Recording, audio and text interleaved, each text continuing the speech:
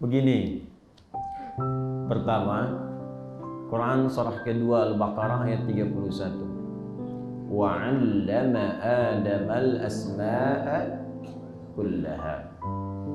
Hal yang Allah anugerahkan pertama kali pada manusia saat tercipta itu ilmu, pengetahuan. Manusia pertama Adam alaihissalam saat tercipta oleh Allah diberikannya bukan harta, bukan kedudukan, tapi ilmu. Tapi karena Adam itu alaihissalam beliau nabi, walaupun manusia. Ciri nabi itu gampang, di Quran ditemukan kalimat istafa, itu umumnya manusia terpilih. Quran surah ke-3 Ali Imran ayat 33. Innallaha astafa Adam wa Nuha wa ala Ibrahim wa ala Imran 'alal 'alamin. Punya keutamaan. Imma nanti nabi atau imma rasul atau orang-orang soleh yang terpilih. Adam nabi, Adam manusia.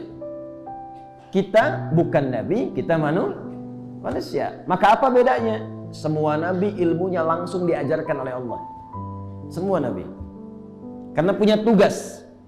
Ya, tugasnya mengajar untuk orang terdekat, apalagi jadi rasul. Kalau rasul mengajar umat pasti diajarkan Allah. Nabi Muhammad SAW nggak pernah belajar, nggak punya guru, nggak pernah sekolah. Yang mengajar siapa? Allah. Kata Nabi, "Addabani Rabbi fa ahsana ta'dibi. Iqra bismi rabbikal ladzi khalaq." Bismi rabbik, Allah yang ngajar. Ya? Nah, kita bukan nabi. Kita bukan rasul. Makanya yang ditanamkan pada diri kita itu potensinya. Jadi kita mesti yakin Allah langsung yang sampaikan. Setiap manusia itu punya potensi pintar. Tidak ada manusia bodoh. Manusia bodoh itu cuma di lagu. Ya, tidak ada manusia bodoh. Semuanya punya potensi pintar. Jadi manusia itu makhluk unik. Semua potensi kepintaran itu ada dalam diri kita. Di University of California dulu punya riset penelitian, itu kapasitas memori manusia paling sedikit, paling minimal itu 100 juta gigabytes. 100 juta gigabytes. 1 giga saja itu sudah bisa menampung informasi seluas halaman masjid ini.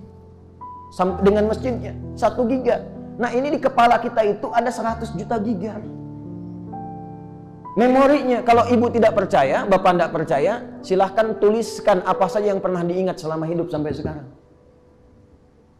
Ini benda-benda di sini saja kita bisa hafal. Kalau nggak luas kapasitas ingatannya, memorinya nggak mungkin bisa masuk. Kita itu makhluk pintar. Dididik apa saja bisa.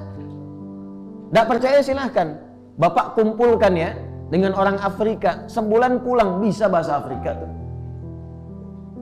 Anda punya rezeki main ke Cina, misal, sebulan di Cina, balik ke sini bisa bahasa Cina.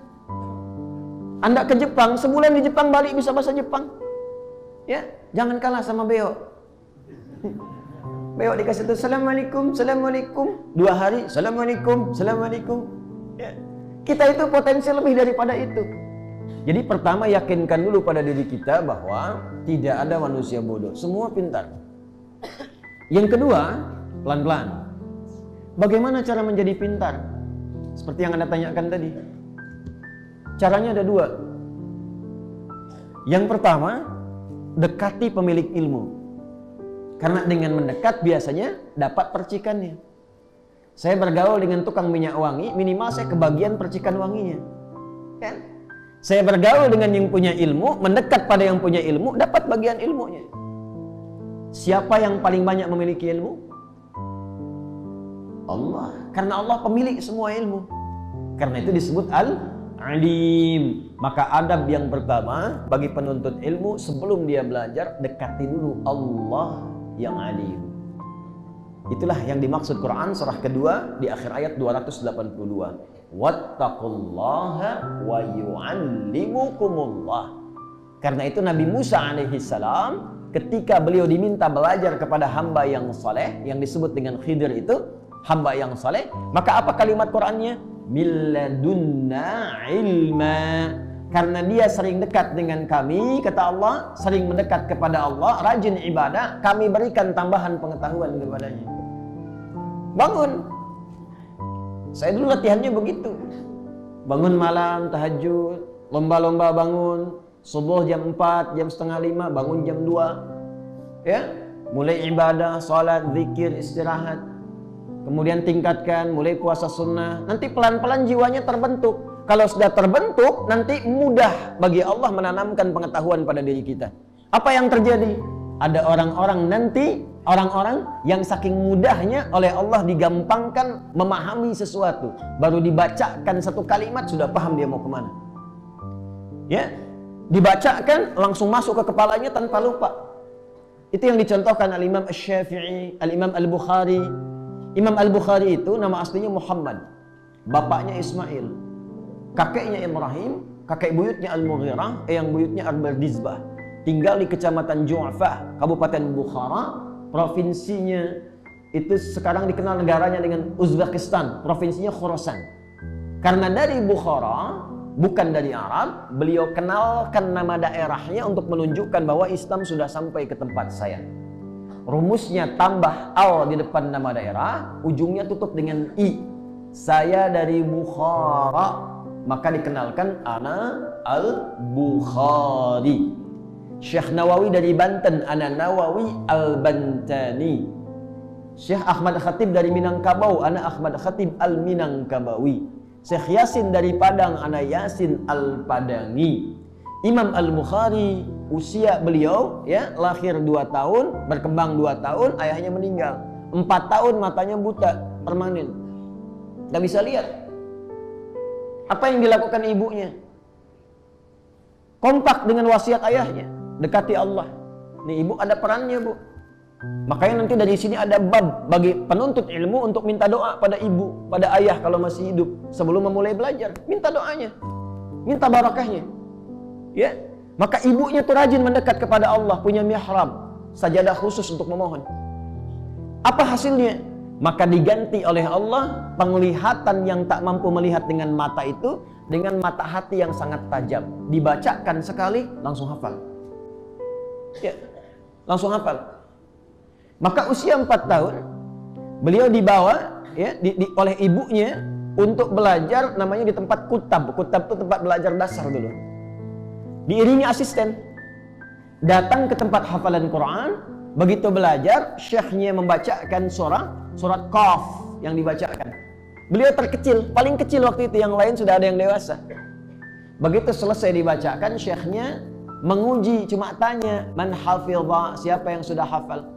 Al-Bukhari kecil tanpa melihat itu mengangkat tangannya mengatakan, hafidhtu syekh min dhahri qalbi. Syekh, saya sudah hafal di dalam kepala saya.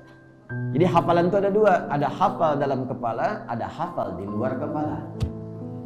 Nah, hafal di luar kepala itu belum hafal, belum masuk. Masukkan dulu baru hafal.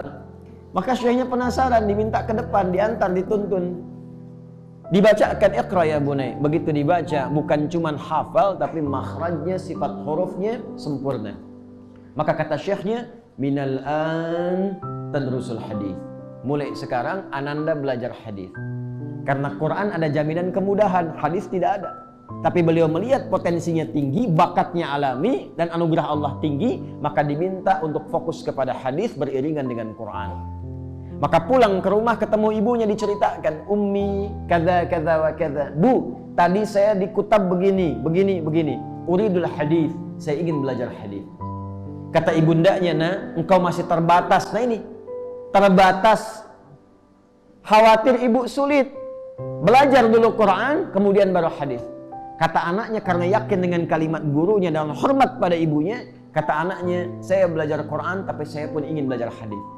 Maka anaknya berjalan merabak jalan ke kamarnya, dia mengulang-ulang surat Qaf. Ibunya iba melihatnya, masuk ke mihrabnya, langsung salat 2 rakaat bermohon kepada Allah, berdoa. Ya Al-Basir, Ya Alladhi ala kulli syai'in qadir, a'id basirat tabni. Ya Allah, Engkau yang maha kuasa atas segala hal. Mohon ya Allah, kembalikan penglihatan anakku, untuk memudahkan dia belajar. Al-Bukharinya sedang mengulang surat Qaf sampai di ayat 21 sampai 22. Ayatnya sesuai. Laqad kunta fi ghaflatin min hadza fakashafna anka ghita'aka fabasaruka al-yawma hadid. Dulu pandanganmu tertutup, tidak bisa melihat.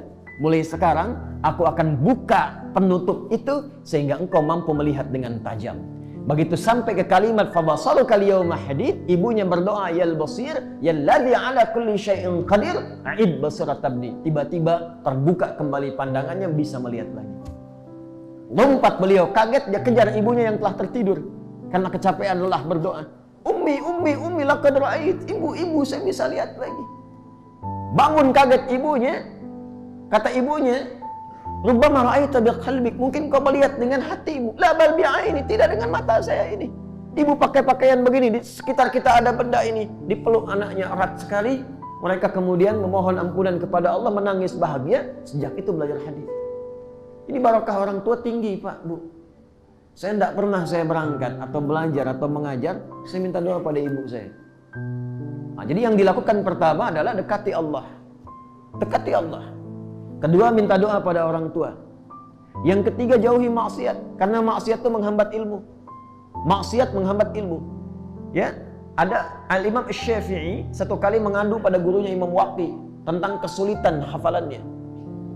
Padahal sulitnya Imam Syafi'i itu mungkin beda titik, beda koma, gitu kan? Datang ke Imam Waqi, syaqautu waqi'an an su'i hifdhi, fanasahani an atrukal ma'asi, faqala al-ilmu nurun wa nurullahi la yunzalu ila al-'asi. Saya mengadu kepada guruku Imam Waqi tentang buruknya hafalanku.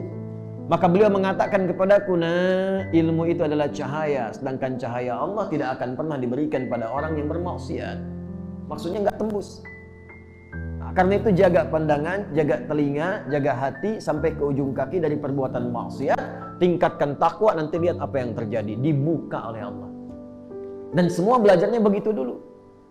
Dari orang tua perbaiki, anaknya dekati Allah, tingkatkan takwa, jauhi maksiat, baru belajar. Terjadilah percepatan dalam pembelajaran. Lakukan belajar karena Allah, maka Allah yang memberikan kesempurnaan pengetahuan kepada kita. Itu yang dimaksud surah 96 di ayat yang pertama. Iqra bismi rabbikal ladzi khalaq. Ya. Yang terakhir, perbanyak taubat supaya dicintai Allah. Quran surah kedua Al-Baqarah ayat 222. Innallaha yuhibbut tawwabin wa yuhibbul mutatahhirin. Banyak istighfar. Istighfar itu diantaranya jadi kunci pengetahuan. Waktu yang paling enak, ini ijazahnya nih. Yang paling enak di Quran.